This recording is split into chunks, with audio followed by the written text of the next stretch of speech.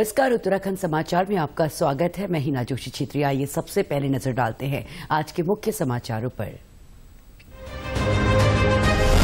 सिलक्यारा सुरंग में फंसे 41 श्रमिकों को सुरक्षित निकालने के लिए 7वें दिन भी राहत और बचाव कार्य जारी। प्रधानमंत्री कार्यालय के उप सचिव मंगेश खिल्डियाल ने किया घटनास्थल का निरीक्षण।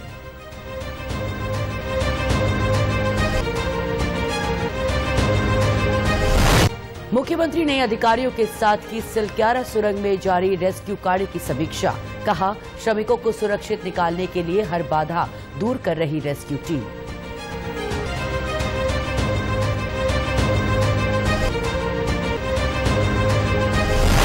सुराज चौपाल कार्यक्रम के तहत प्रमुख सचिव आर.के. सुधांशु ने टिहरी के कोडारना में सुनी ग्रामीणों की समस्या, जल्द समाधान का दिया आश्वासन।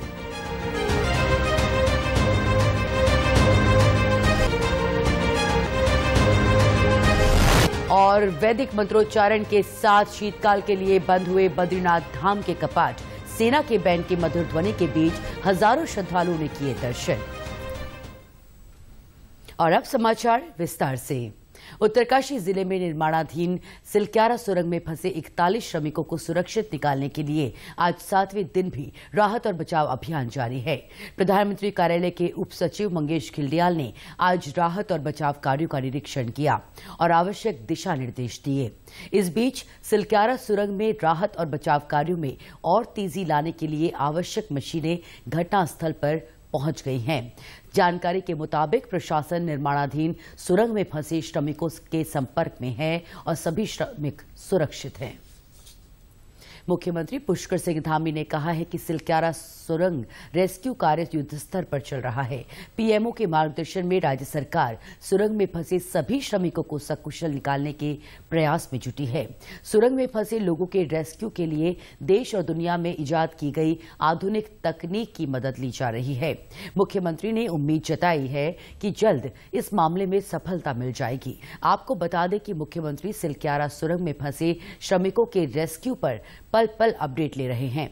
मुख्यमंत्री ने आज शासकीय आवास पर अधिकारियों के साथ श्रमिकों के बचाव के लिए चल रहे रेस्क्यू कार्यों की समीक्षा की। इस दौरान मुख्यमंत्री ने अधिकारियों को स्पष्ट निर्देश दिए कि रेस्क्यू ऑपरेशन में आ रही बाधाओं से निपटने के लिए हर आवश्यक कदम उठाए जाएं। उन्होंने कहा कि प्रधानमंत्री नरेंद्र मोदी द्वारा भी लगातार बचाव अभियान का अपडेट लिया जा रहा है। मुख्यमंत्री ने कहा है कि मुसीबत में फंसे श्रमिकों के परिजनों के साथ सरकार खड़ी है। अधिकारियों को निर्देश दिए गए हैं कि वो सभी परिजनों को रेस्क्यू की हर पल की जानकारी देते रहे। इसके अलावा सिलक्यारा पहुंचे परिजनों के लिए भी सहायता केंद्र खोलने और उनके रहने खाने की जरूरत के हिसाब से मदद की जाए। सुराज चौपाल कार्यक्रम के तहत प्रमुख सचिव आर.के. सुधांशु टिहरी जिले के सुदूर गांव कोडारना पहुंचे, जहां उन्होंने पंचायत भवन में अधिकारियों के साथ ग्रामीणों की समस्या सुनी और इस दौरान प्रमुख सचिव ने राज्य और केंद्र सरकार द्वारा संचालित विभिन्न प्रकार की योजनाओं की समीक्षा भी की। जन समस्याओं में अधिकांश शिकायत जंगली जानवरों द्वारा फसलों को नुकसान पहुंचने, ड्यूली कुंड मोटर मार्ग निर्माण, गांव में मोबाइल टावर लगाने और गांव की सड़क का डामरीकरण आदि प्रमुख रहीं। प्रमुख सचिव ने कहा कि ग्रामीणों की समस्या का समाधान शीघ्र किया जाएगा। जैसे कई शिकायतें जो सामने आई उसमें ग्राम में विकास की कुछ शिकायतें, लेकिन खास करके जो मेन शिकायत आई कि वो जंगली जानवरों की से समस्या, कृषि में किस तरह से दिक्कत आ रही है, इसका शासन स्तर पर भी समयक रूप से परीक्षण कराया जा रहा है। बायो फेंसिंग की बात की जा रही है। बायो फेंसिंग किस तरह से किया जा सकता है ताकि नेचुरल ढंग से जंगली जानवरों से जो खेती को जो नुकसान हो रहा है उस समस्या का तो हल किया जा सके। इसके अलावा सोलर फेंसिंग और इसके और भी हम कई स्तर पर हम इस समस्या को समझ के और उसके निदान की कार्रवाई कर रहे हैं।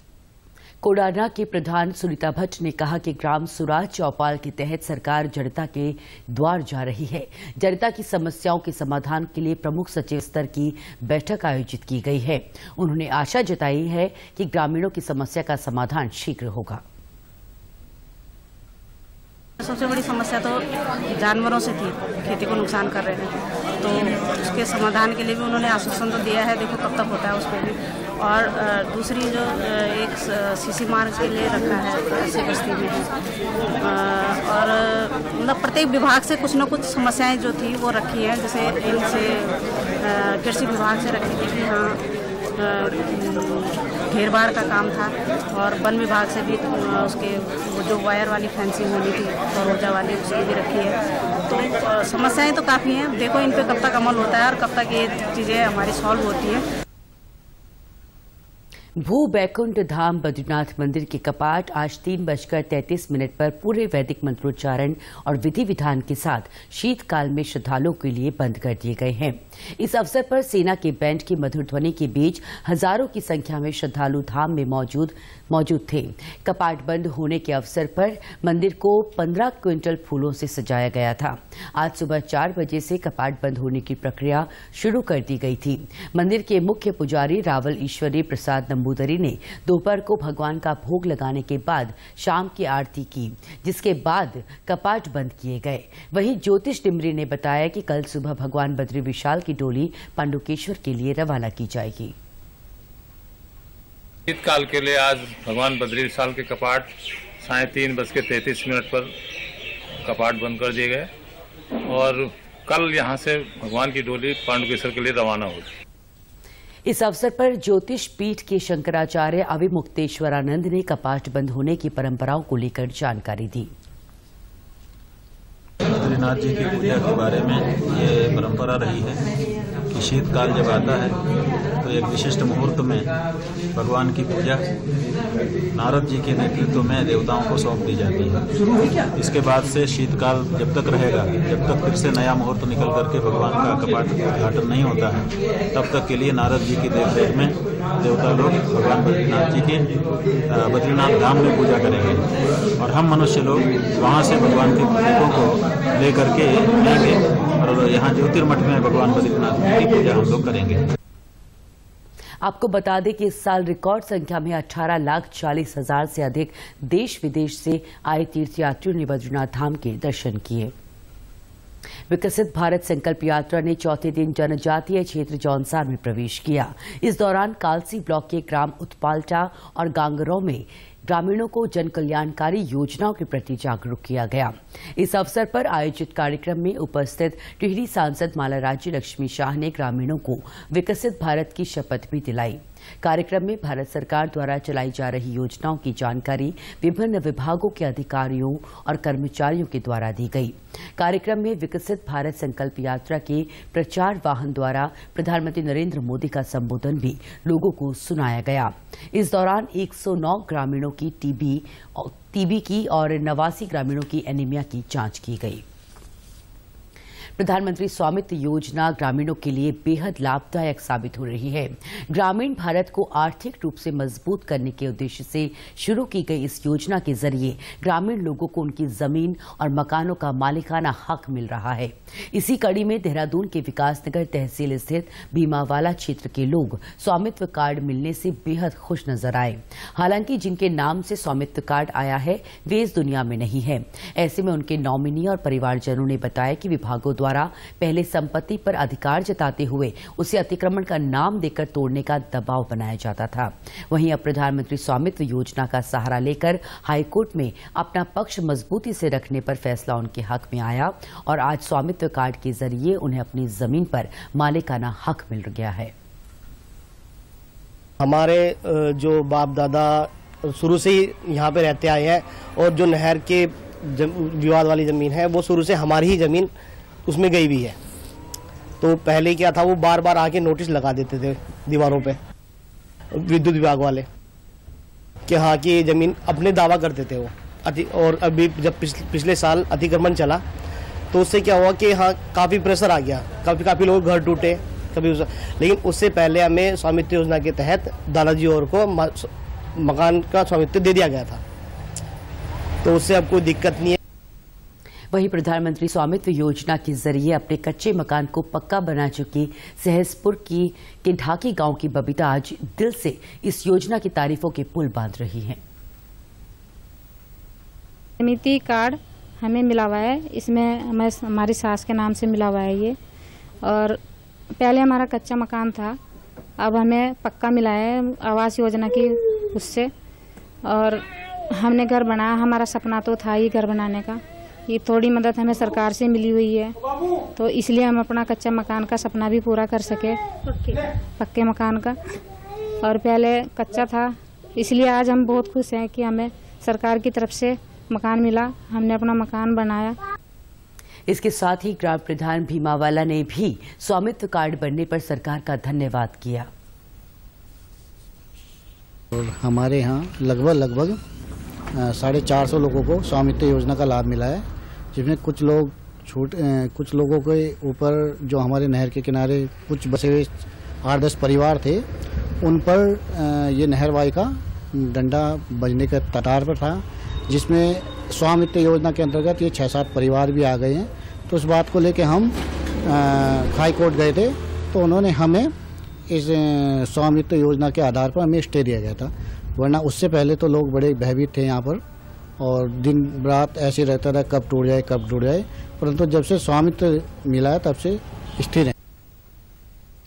ग्रामीण क्षेत्र की प्रतिभाओं को आगे बढ़ाने के उद्देश्य से आज बागेश्वर डिग्री कॉलेज खेल मैदान में विकासखंड स्तरीय खेल महाकुंभ की शुरुआत हुई।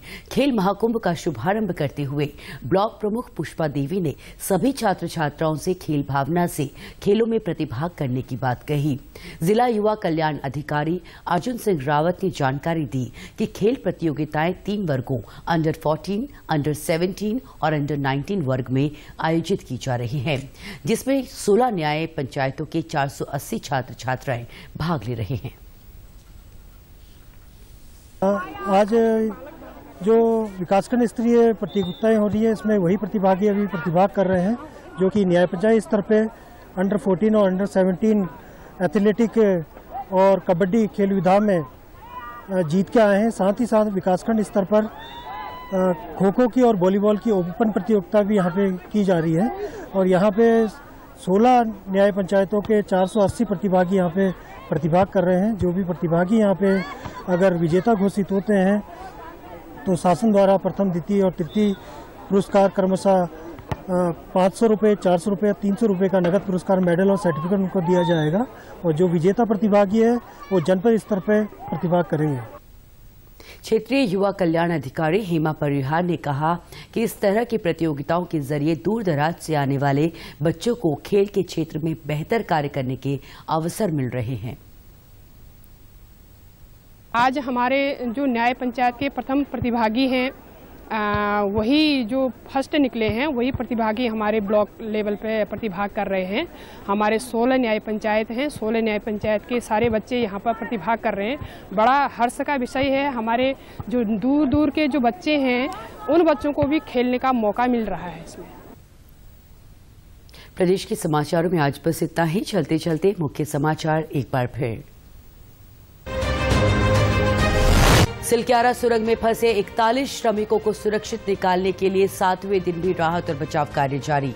प्रधानमंत्री कार्यालय के उप सचिव मंगेश खिल्डियाल ने किया घटनास्थल का निरीक्षण।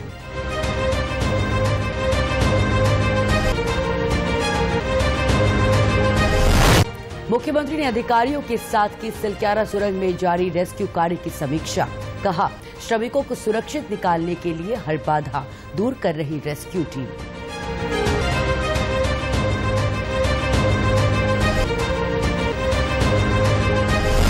सुराज चौपाल कार्यक्रम के तहत प्रमुख सचिव आर.के. सुधांशु ने टिहरी के कोडारना में सुनी ग्रामीणों की समस्या, जल्द समाधान का दिया आश्वासन।